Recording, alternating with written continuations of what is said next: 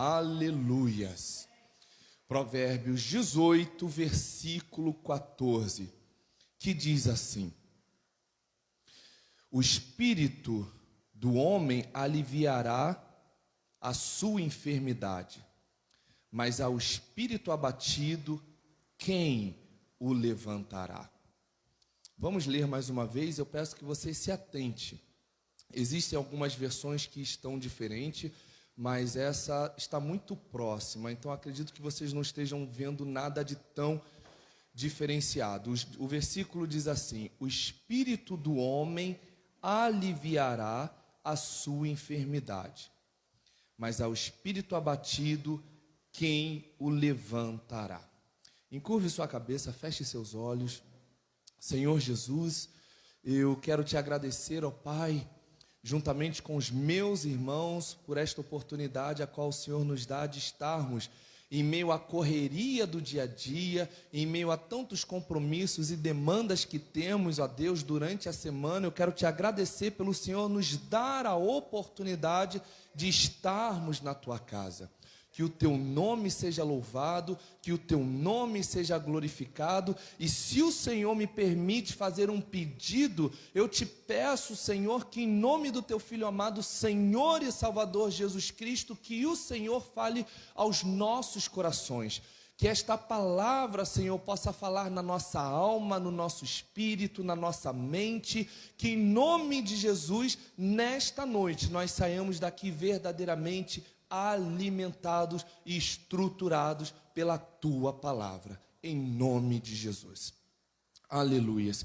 Bom, é bem provável que em algumas versões vocês tenham lido: o corpo abatido, o espírito o sustenta. Quem tem essa versão aqui? Léo, amém? Essa é a versão realmente a qual fica um pouco mais claro, o entendimento fica um pouco mais objetivo. O corpo que se abate, o espírito sustenta, mas o espírito que se abate, quem poderá sustentá-lo? Se eu fizesse uma pergunta aqui para vocês, eu perguntaria: qual o versículo que vocês levam para a vida de vocês? Quais são os versículos ou as passagens ou os personagens os quais vocês se inspiram? Qual é o versículo, a passagem ou o personagem bíblico do qual, em meio às tribulações, vocês se lembram e através daquela lembrança vocês são fortalecidos? E por que eu digo isso? Porque em meio a tantos outros, este aqui é um dos versículos da minha vida. É um versículo tão pequeno, mas que expressa muito sobre a nossa vida material e sobre a nossa vida espiritual. Através desse versículo nós temos acesso à fonte de sustento e temos também acesso à razão pela qual muitas das vezes nós nos deixamos levar pelos problemas da vida. Então aqui nós vemos o corpo abatido, o espírito sustenta, mas o espírito abatido, quem poderá sustentá-lo? Seja como for, esse versículo, ele de maneira muito clara, ele vem trazendo uma conscientização daquilo que verdadeiramente nós devemos alimentar, que é o nosso espírito. E por quê? Uma vez que o nosso espírito esteja alimentado, tudo que rodeia o espírito, ou seja, a carne, ela será muito bem sustentada. Não existe aflição, não existe problema que seja capaz de desestruturar um espírito firme, um espírito sustentado, um espírito definido. E essa definição nós obtemos através da palavra. Então eu posso ter o meu físico, eu posso ter o meu emocional abalado, mas eu de forma alguma posso ter o meu espiritual desestruturado. E o que nós muito vemos hoje em dia dentro das igrejas são pessoas sendo afligidas não apenas no material, mas também no espiritual. E por quê? Porque não tem fortalecido o espírito.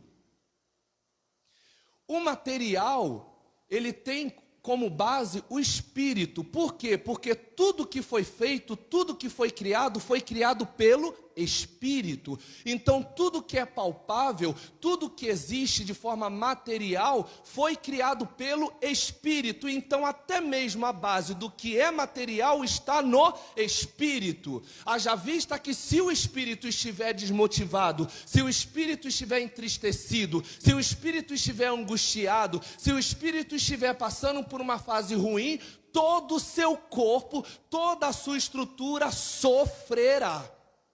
Por isso a importância de nós termos o nosso espírito fundamentado, onde? Na palavra de Deus.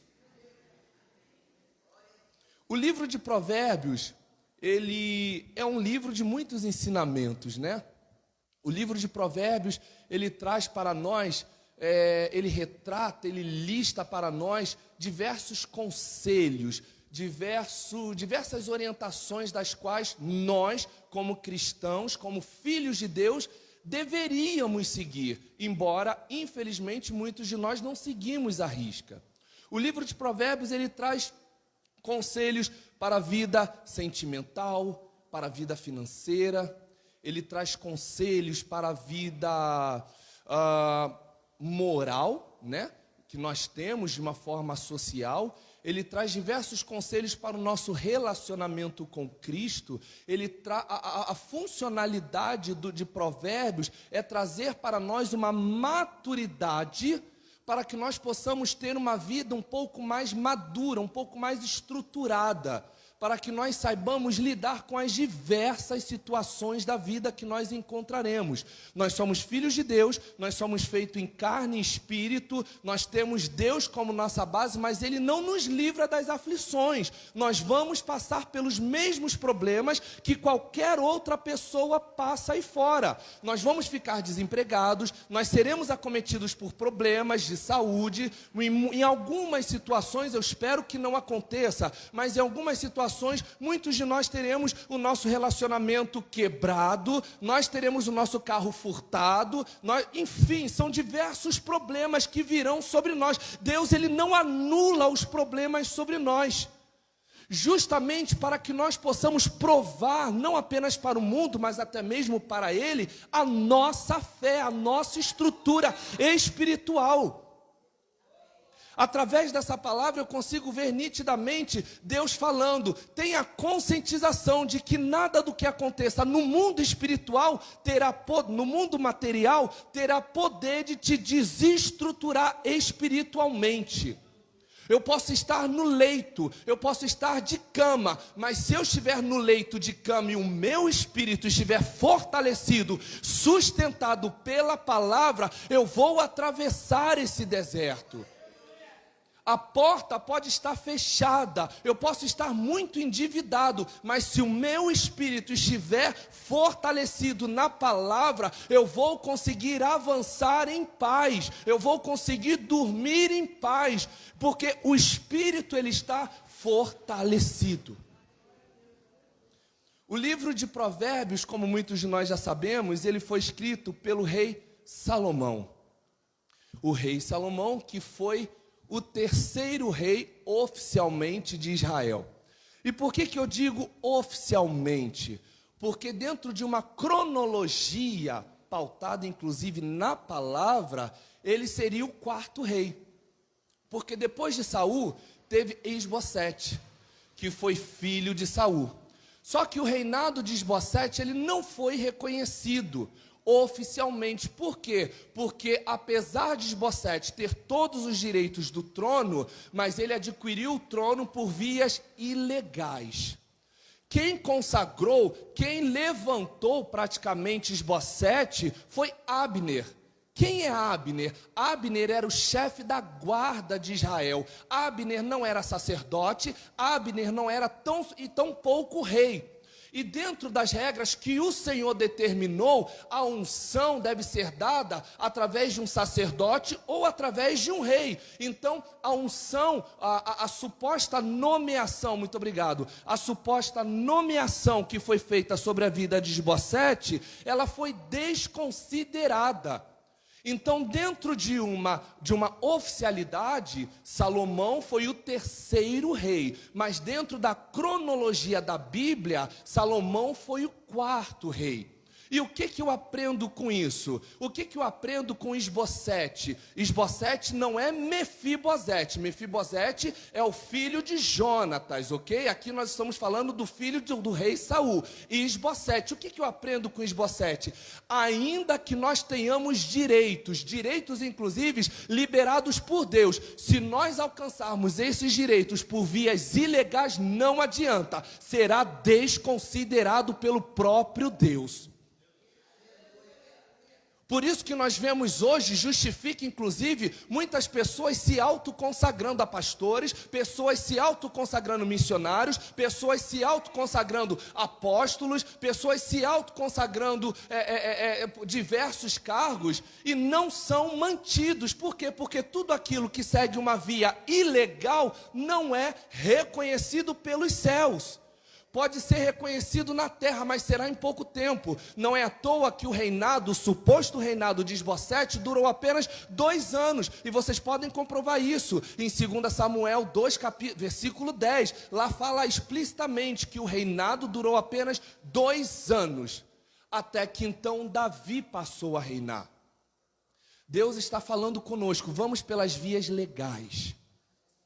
Não estejamos ansiosos para ultrapassar as etapas. Existe um processo, existe toda uma direção, existe todo um desígnio dado por Deus, existe uma orientação. E uma vez que nós quebremos uma dessas etapas, nós automaticamente nos desclassificamos, não diante dos homens, porque os homens estão batendo palma, mas diante de Deus. E entre a aceitação dos homens e de Deus, o que vale é a aceitação de Deus.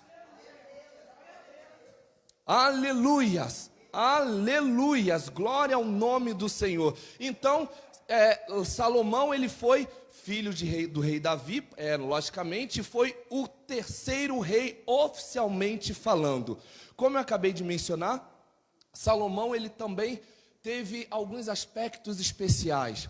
Ele foi o filho do rei Davi com o relacionamento de Betseba.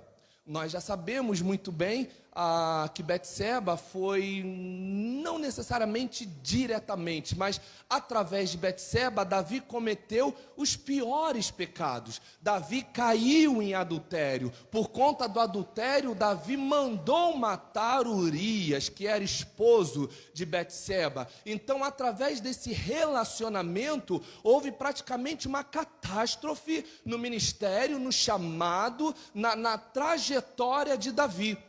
Entenda como se fosse uma linha reta, e nessa linha reta houve uma grande bifurcação. Se eu fizesse essa linha reta, essa trajetória sobre a vida de Davi, a bifurcação se chamaria Betseba, que é o que fez ele sair do 100 para 0 diante de Deus. Deus está falando, tome muito cuidado. Tome muito cuidado, sustente o teu espírito, porque se o teu espírito não estiver sustentado, a sua carne vai dominar, assim como dominou a vida de Davi. E se você deixar a sua carne dominar, você vai cair em buracos de vergonha, em buracos de desespero, em buracos dos quais você vai sentir vontade até mesmo de tirar a própria vida. Então mantenha o seu espírito fortalecido, mantenha o seu espírito pautado, o seu espírito em relacionamento com Deus. Quantos estão compreendendo essa palavra, meus irmãos? Aleluias. Só que em meio a toda essa trajetória de Betseba com Davi, Deus abençoa, e desse relacionamento Deus permite a geração de Salomão. E daí você pode até perguntar, poxa, mas dentro de um relacionamento tão conturbado, tão pecaminoso, veio então Salomão, que foi um dos homens mais sábios. Aqui Deus está falando, nenhum dos erros dos seus pais recairão sobre você. O que eu tenho sobre a sua vida depende dos erros que os seus pais cometeram. E por que eu digo isso? Porque no nosso meio, inclusive, existe muito o conceito de que eu sou assim porque meu pai fez isso, eu sou assim porque minha mãe fez isso, eu sou assim porque na religião tal foi feito isso. Deus está falando, uma vez que você tem entregue a sua vida para mim, todo jugo do passado foi quebrado, todo jugo que foi posto sobre a sua vida foi repreendido pelo poder e autoridade do sangue de Jesus. Nós precisamos crer nessa palavra. Não é à toa que Salomão até hoje é conhecido por ter sido um dos grandes reis. Teve sim os momentos da queda, mas até então Salomão, ele se destacou por tamanha sabedoria. Ele poderia ter pedido qualquer coisa, mas ele pediu sabedoria. Então Salomão se destacou, independente dos problemas que sua mãe e seu pai, rei Davi, tivessem cometido no passado. Daí então Salomão, mais uma vez, ele chama a minha atenção, porque dentro da cronologia dos filhos de Davi, Salomão tão pouco merecia ou deveria ser rei. Porque primeiro, o primeiro filho de Davi foi Aminon. Aminon foi morto por Absalão, justamente por ter cometido um assédio, por ter violentado e por ter abusado de sua irmã Tamar. Então, automaticamente, quem seria o rei? Absalão, que seria dentro da cronologia. Só que Absalão, ganancioso, tenta tirar o reino do pai. E justamente dentro desse conflito, Absalão é morto pelas mãos de Joabe. Existe também um filho de Davi, que eu confesso que nem eu mesmo conhecia, eu passei a conhecer estudando para essa palavra, chamado Daniel, que é tão pouco mencionado. Ele só é mencionado no nome, mas não é mencionado sobre a sua história ou trajetória. Então subtende-se que depois de Aminon, depois de Absalão, antes de Salomão, ainda teria Daniel. Depois de Daniel também veio Adonias. Adonias que também tentou tirar o reino do pai. E justamente já tendo sido coroado a rei, Salomão, visando e entendendo a ganância do irmão, manda matá-lo, para que o reino e a honra do pai seguisse plenamente. Então agora Salomão está reinando, agora Salomão está no reino, agora Salomão está por cima. E o que eu entendo com tudo isso? Ainda que as circunstâncias ao seu redor estejam colaborando para que tudo dê errado, Deus, se nós nos mantivermos em obediência, Deus ele vai agir no contrafluxo da lógica para te colocar aonde você deve estar. Então eu volto lá no começo, nós não precisamos ir por vias ilegais para alcançar o que nós desejamos, nós só precisamos nos manter em obediência e no caminho da retidão, no caminho da fidelidade com Deus. E daí então, Salomão escreve o livro de Provérbios, e ele traz então esse versículo que para mim é dois versículos que eu levo para a minha vida, tanto que eu sei ele de cor, e sempre que eu posso eu compartilho, falo, ministro, enfim. Então o versículo diz: o corpo que se abate, o espírito o sustenta. O corpo aqui não é tão somente o nosso corpo físico. O corpo aqui representa as diversas e inúmeras circunstâncias que nós enfrentamos na vida. Tudo aquilo que é material.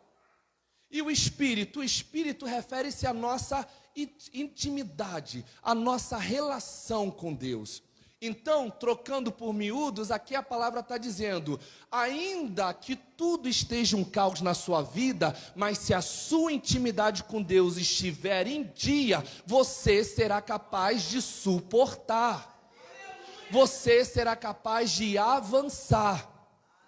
Joey, você está dizendo isso porque você não sabe da minha vida. Realmente eu não sei, mas eu tenho a plena certeza que se você estiver sendo alimentado, estruturado pela palavra, você será capaz de superar os problemas que você está passando. Lembrando que, quando eu digo passando, é um ato contínuo, você não pode estar parado, você tem que estar em movimento, passando rumo à vitória. Só que aqui a palavra também diz: o espírito abatido, quem poderá sustentá-lo? Então a gente já sabe que o material abalado nós temos e a garantia de que o espírito vai sustentar. Mas e o espírito abalado? E o espírito angustiado? E o espírito com ansiedade? E o espírito desesperado? E o espírito completamente descontrolado? Quem poderá sustentá-lo? Se eu estou com algum problema físico, além do espírito forte, é claro, eu posso ir ali tomar um remédio, mas ainda que o meu físico, ainda que o meu material esteja passando por um momento favorável, se o meu espiritual estiver desfavorável, eu não vou conseguir viver e usufruir da plenitude do que a palavra me garante. Eu posso ter dinheiro, eu posso ter carro, eu posso ter mansões, eu posso ter um bom relacionamento, eu posso ter as melhores roupas, mas se o meu espírito não estiver pautado na palavra, eu vou viver em pleno desespero.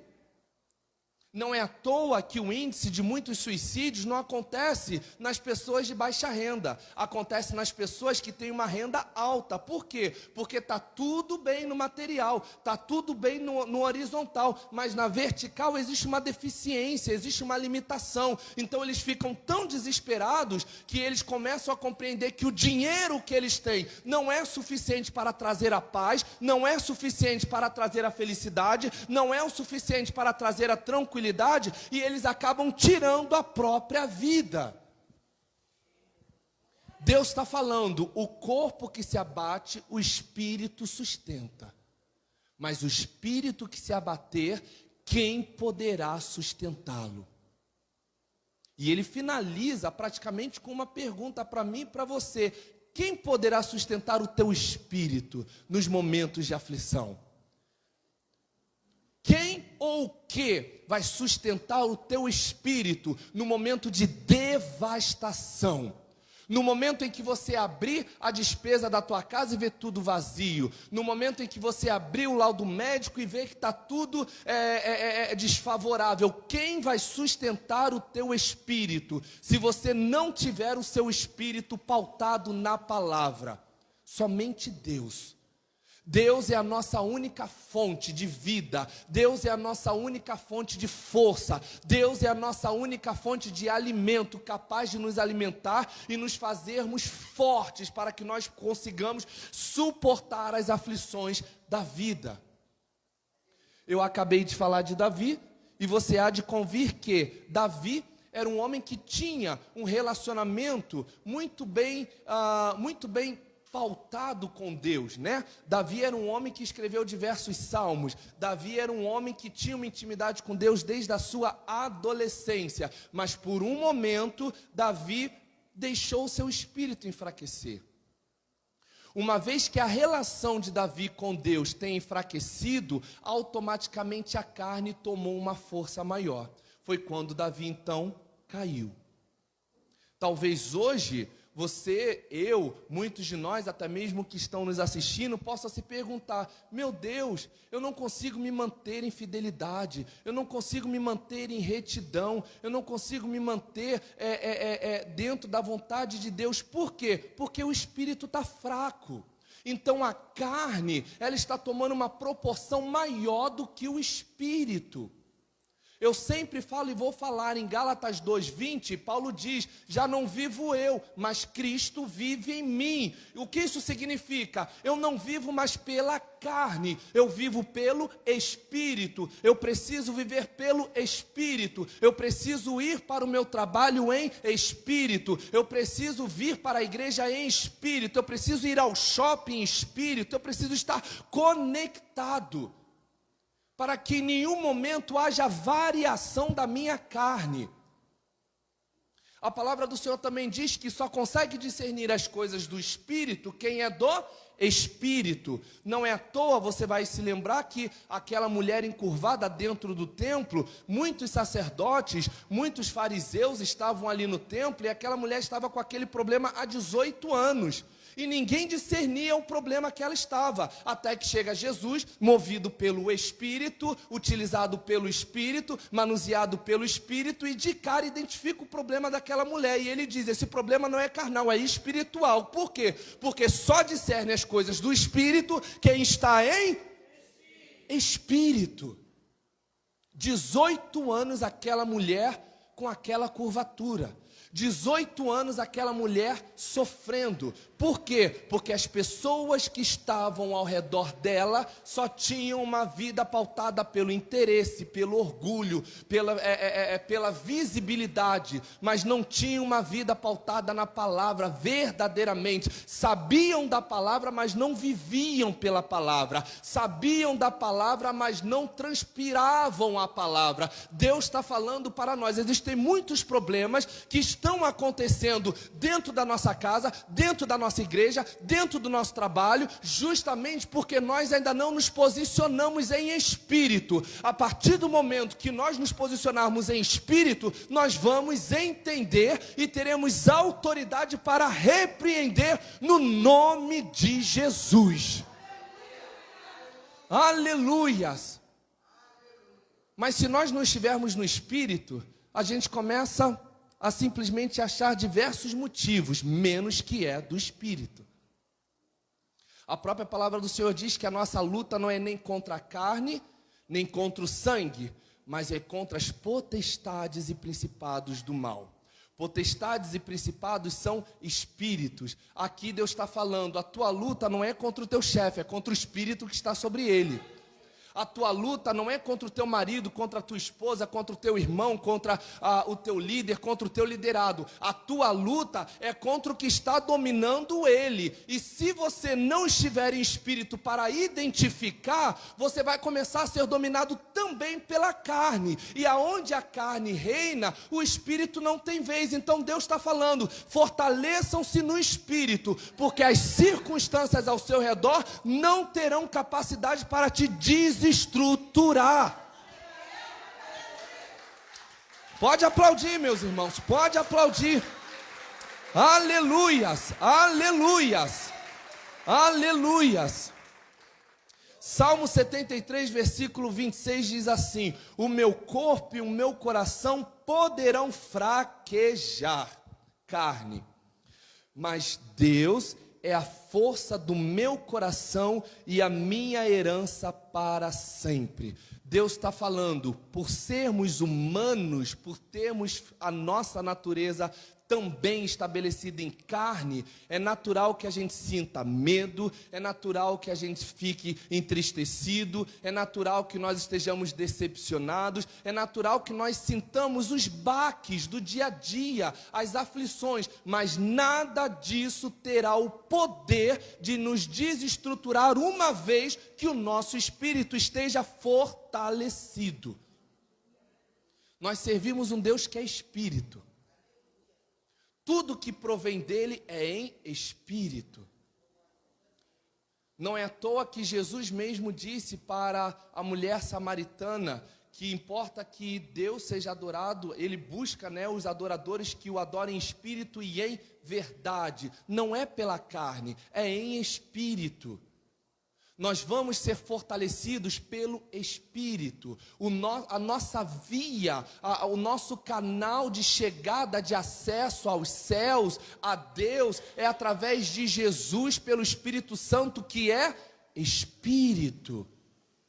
Então nós precisamos ter essa conscientização. Se a minha vida está tão atribulada, onde está o problema? Está na carne ou no espírito? Haja vista que a carne é afetada, o espírito o sustenta. Mas se o espírito estiver afetado, quem poderá sustentá-lo?